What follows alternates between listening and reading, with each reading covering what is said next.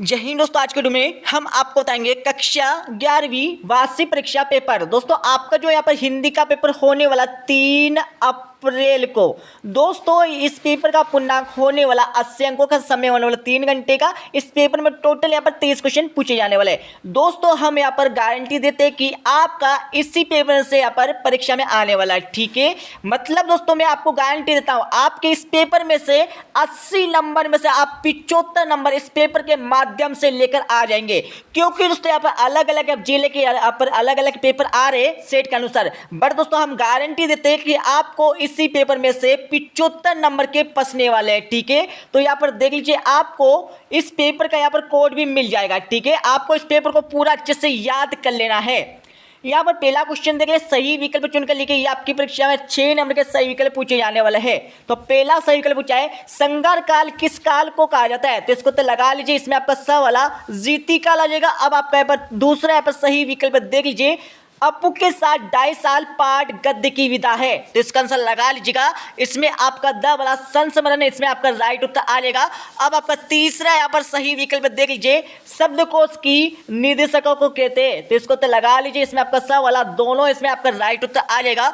अब आपका चौथा यहाँ पर सही विकल्प देख लीजिए, गीत गोविंद के रचयिता कौन है, तो इसको तो लगा लीजिए। इसमें आपका आ वाला जयदेव, इसमें आपका राइट उत्तर आ जाएगा। अब आपका पांचवा यहाँ पर सही विकल्प देख लीजिए, करुण रस का स्थायी भाव है, तो इसका आंसर लगा लीजिए। इसमें आपका आ वाला शौक, इसमें आपका राइट उत्तर आ जाएगा।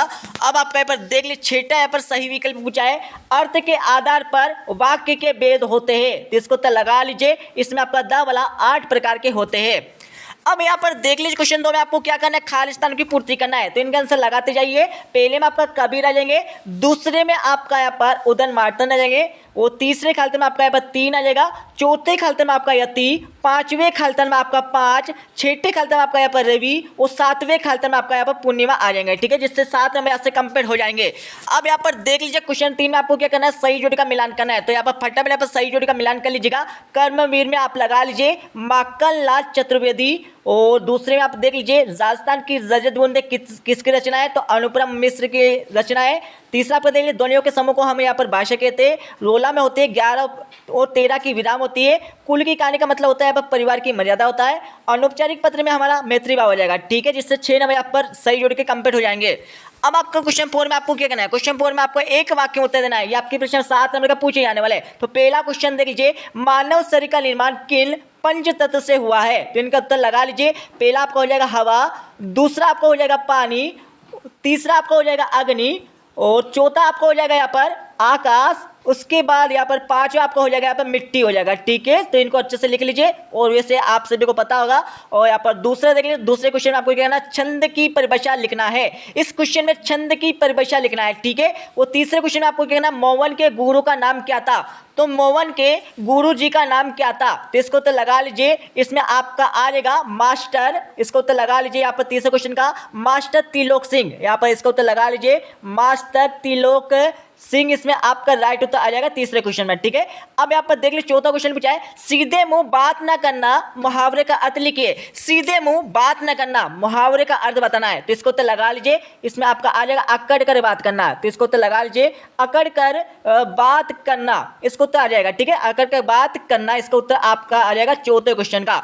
अब यहाँ पर देखिए आपका 5वां क्वेश्चन पूछा है, एरोला की गुफाएं कब तैयार की गई थी, तो कब तैयार की गई थी आपको इस क्वेश्चन बताना होगा, तो इसको तो लगा लीजिए 600 से लेकर 1000 ईस्वी के काल में, ठीक है। तो इसको तो लगा लीजिए 600 से लेकर 1000 ईस्वी के काल में। अब आपका देख लीजिए आपका 6वां क्वेश्चन पूछा है, भारत की पहली मुख्य फिल्म कौन सी थी, तो इसको तो लगा लीजिए। इसमें आपका राइट उत्तर यहाँ पर आ जाएगा राजा हरिश्चंद्र, इसमें आपका राइट उत्तर आ जाएगा, ठीक है। उसके बाद यहाँ पर देख लिया आपका यहाँ पर 7वां क्वेश्चन पूछा है, कलम का सिपाही रचना किस विधा में लिखी गई है, तो इसको तो लगा लीजिए। इसमें आपका आ जाएगा हिंदी विधा आ जाएगा, ठीक है, हिंदी विधा लगा लीजिए, हिंदी विधा, इसमें आपका राइट उत्तर आ जाएगा। अब आपका देख लिया क्वेश्चन 5 पूछा है, सत्य और असत्य कथन आपको बताना है। ये आपकी परीक्षा में 6 नंबर का सत्य असत्य पूछे जाने वाले, तो यहाँ पर इनके आंसर भी लगाते जाइए। छायावादी कवियों ने प्रकृति का मानवीकरण किया, तो बिल्कुल किया, ये हमारा हो जाएगा सत्य। दूसरा आपका देखिए, दुआ को उल्टा करने पर रोला छंद बनता है, तो बिल्कुल नहीं बनता, यहाँ पर सोटा छंद बनता है। तो ये हमारा हो जाएगा गलत हो जाएगा। तीसरा आपका देख लीजिए, गलता लोहा पाठ के लेखक शेखर जोशी, तो बिल्कुल है हमारा सत्य हो जाएगा। अब चौथा देख लीजिए, सपनों का मर जाना, मुहावरे का अर्थ नींद नहीं आना, तो ये हमारा हो जाएगा गलत हो जाएगा। अब पांचवा देख लीजिएगा, कुमार गंधर्व ने कबीर के पदों का गायन किया, तो बिल्कुल किया है, ये हमारा हो जाएगा सत्य। छठा देख लीजिए, सरकारी पत्र अनौपचारिक पत्र की श्रेणी में आते, तो बिल्कुल आते ही हमारा हो जाएगा सत्य हो जाएगा। अब यहाँ पर दो दो नंबर के क्वेश्चन देख लीजिएगा। यहाँ पर छठा क्वेश्चन पूछा है, रीति काल की आपको प्रमुख कविता लिखना है। अतः क्वेश्चन देख लीजिए, रहस्यवादी कविता की आपको यहाँ पर विशेषता बताना है, ठीक है। अब आपका सातवां क्वेश्चन देख लीजिए, लॉर्ड कर्जन कैसा व्यवसायी था। अतः क्वेश्चन देख लीजिए, लॉर्ड कर्जन को इस्तीफा क्यों देना पड़ गया।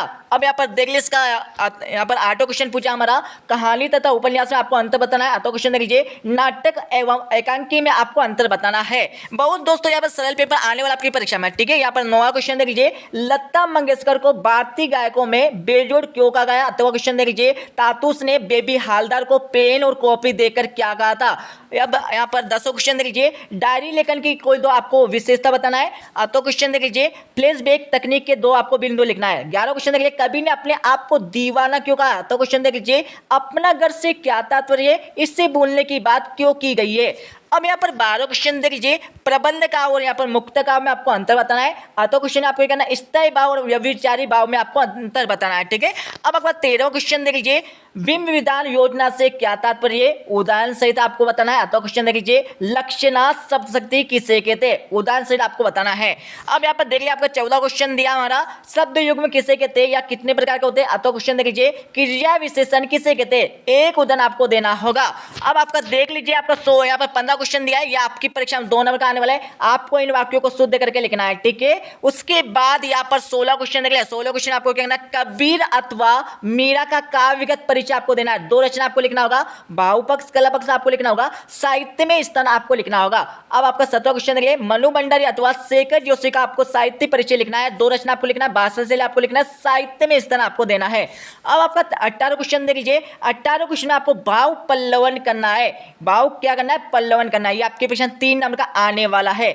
अब यहाँ पर देख लिया, आपका यहाँ पर 19 क्वेश्चन पूछा। 19 क्वेश्चन आपको क्या करना है दोस्तों, 19 क्वेश्चन में आपको यहाँ पर क्या करना है, यहाँ पर एक गद्यांश दिया है फ्री का नंबर 3। आपको कुछ भी याद करने की जरूरत नहीं है इस क्वेश्चन में, बस आपको समझ लेना है। आपको 3 क्वेश्चन दिए, तीनों के आंसर आपको ऐसे छाट कर लगा लेना है। अब यहाँ पर अतो क्वेश्चन देख लीजिए, इसमें भी आपको सेम वही करना है जैसे कि हमने आपको ऊपर वाले क्वेश्चन में बताया है। अब यहाँ पर देख लीजिए, आपका 20वां क्वेश्चन पूछा है, निम्नलिखित पद्यांश का संदर्भ प्रसंग से आपको भावार्थ लिखना है। यहाँ पर पद्यांश देख लीजिए, इनका आपको सबसे पहले क्या करना है, सबसे पहले आपको संदर्भ लिखना होगा। संदर्भ के बाद आपको यहाँ पर प्रसंग लिखना होगा। प्रसंग के बाद आपको यहाँ पर करना होगा वाक्य करना होगा, ठीक है। अच्छे से याद कर लीजिएगा। अब आपका 21 क्वेश्चन देखिए, 21 क्वेश्चन में भी आपको वही करना है, बट यहाँ पर गद्यांश दिया है, तो गद्यांश में हमेशा लेखक का नाम आता है, ये हमेशा आपको ध्यान देना परीक्षा में भी, ठीक है। आप कवि का नाम लिखकर मत आ जाना गद्यांश में। अब यहाँ पर देख लिया, आपका 22 क्वेश्चन पूछा है। 22 क्वेश्चन आपको क्या करना है, आपको 22 क्वेश्चन में एक प्रार्थना पत्र लिखना है और इसके अतवे वाले क्वेश्चन में आपको एक पत्र लिखना है। अब आप 23 क्वेश्चन देखिए, 23 क्वेश्चन आपको क्या करना है, 23वें क्वेश्चन में आपको क्या करना है, किसी एक विषय पर आपको सारंगित आपको निबंध लिखना है। तो एक निबंध याद कर लीजिए फटाफट। अब मैं आपको इस पेपर का सॉल्यूशन फुल बता देता हूं अच्छे से। तो दोस्तों यहाँ पर देख लीजिए, आप इस पेपर का फुल सॉल्यूशन देख लीजिएगा। तो यहाँ पर पहला क्वेश्चन आपका पूछा गया था सही विकल्प वाला, तो इनके आंसर लगा लीजिए। यहाँ पर सही विकल्प का आंसर आपको दिया हुआ है। उसके बाद यहाँ पर देख लीजिए, हमारा क्वेश्चन नंबर 2 के उत्तर हो जाएंगे, इनको भी अच्छे से याद कर लीजिए। उसके बाद यहाँ पर देख लीजिए, हमारा क्वेश्चन 3 का उत्तर हो जाएगा, जिसमें आपको सही जुड़ का मिलान करना है। अब यहाँ पर देख लीजिए, हमारा क्वेश्चन 4 का उत्तर हो जाएगा, जिसमें एक शब्द अथवा एक वाक्य में उत्तर लिखने के लिए बोला गया था। तो ये हमारा पहले का आंसर हो जाएगा, ये हमारा दूसरे का आंसर हो जाएगा। उसके बाद यहाँ पर तीसरा, चौथा, पांचवा, छठा, सातवां। अब यहाँ पर क्वेश्चन 5 में आपको सत्य असत्य लिखने के लिए बोला गया था। यहाँ पर देख लिए, इनके आंसर आपको दिए हुए हैं। अब हम चलते हैं 2-2 नंबर के क्वेश्चनों के आंसर पर। तो यहाँ पर 6ठे क्वेश्चन का उत्तर देख लीजिए, हमारा 6ठे क्वेश्चन का उत्तर हो जाएगा। 6ठे के बाद यहाँ पर देख लीजिए, हमारा 7वें क्वेश्चन का उत्तर हो जाएगा। 7वें क्वेश्चन का यहाँ पर थोड़ा सा भी यहाँ पर आगे दिया हुआ है, यहाँ पर देख लीजिए, ठीक है। उसके बाद यहाँ पर देख लीजिए, यहाँ पर आपका 8वें क्वेश्चन का उत्तर हो जाएगा, जिसमें आपको कहानी और उपन्यास में अंतर लिखने के लिए बोला गया। उसके बाद यहाँ पर देख लीजिए, ये हमारा 9वें क्वेश्चन का उत्तर हो जाएगा, ठीक है। 9वें के बाद दोस्तों यहाँ पर देख लीजिए हमारा 10वें क्वेश्चन का उत्तर हो जाएगा, अच्छे से याद कर लीजिए। 10वें के बाद दोस्तों यहाँ पर देख लीजिए हमारा 11वें क्वेश्चन का उत्तर हो जाएगा। 11वें के बाद दोस्तों यहाँ पर देख लीजिए हमारा 12वें क्वेश्चन का उत्तर हो जाएगा, जिसमें प्रबंध काव्य और मुक्तक काव्य में आपको अंतर लिखने के लिए बोला गया। उसके बाद यहाँ पर देख लीजिए ये हमारा 13वें क्वेश्चन का यहाँ पर 8वें वाला का उत्तर हो जाएगा। उसके बाद यहाँ पर देख लीजिए हमारा 14वें क्वेश्चन का यहाँ पर 8वें वाला का उत्तर हो जाएगा। उसके बाद दोस्तों यहाँ पर देख लीजिए ये हमारा 15वें क्वेश्चन का यहाँ पर दोस्तों उत्तर हो जाएगा। 15 के बाद दोस्तों मैं आपको बता देता हूँ यहाँ पर 16वें क्वेश्चन का उत्तर, जिसमें आपको कवि की 2 रचनाएं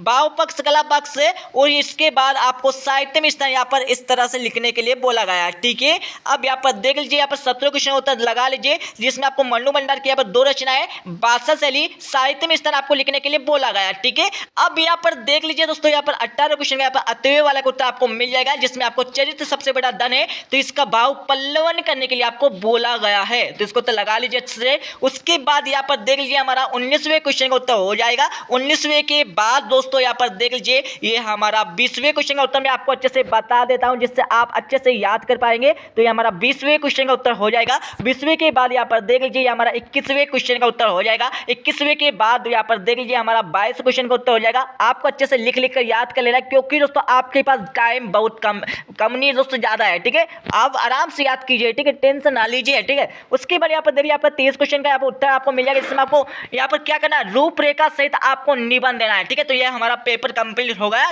3 अप्रैल का हिंदी का क्लास 11th का। तो मिलते हैं अगले वीडियो में। जय हिंद, वंदे मातरम।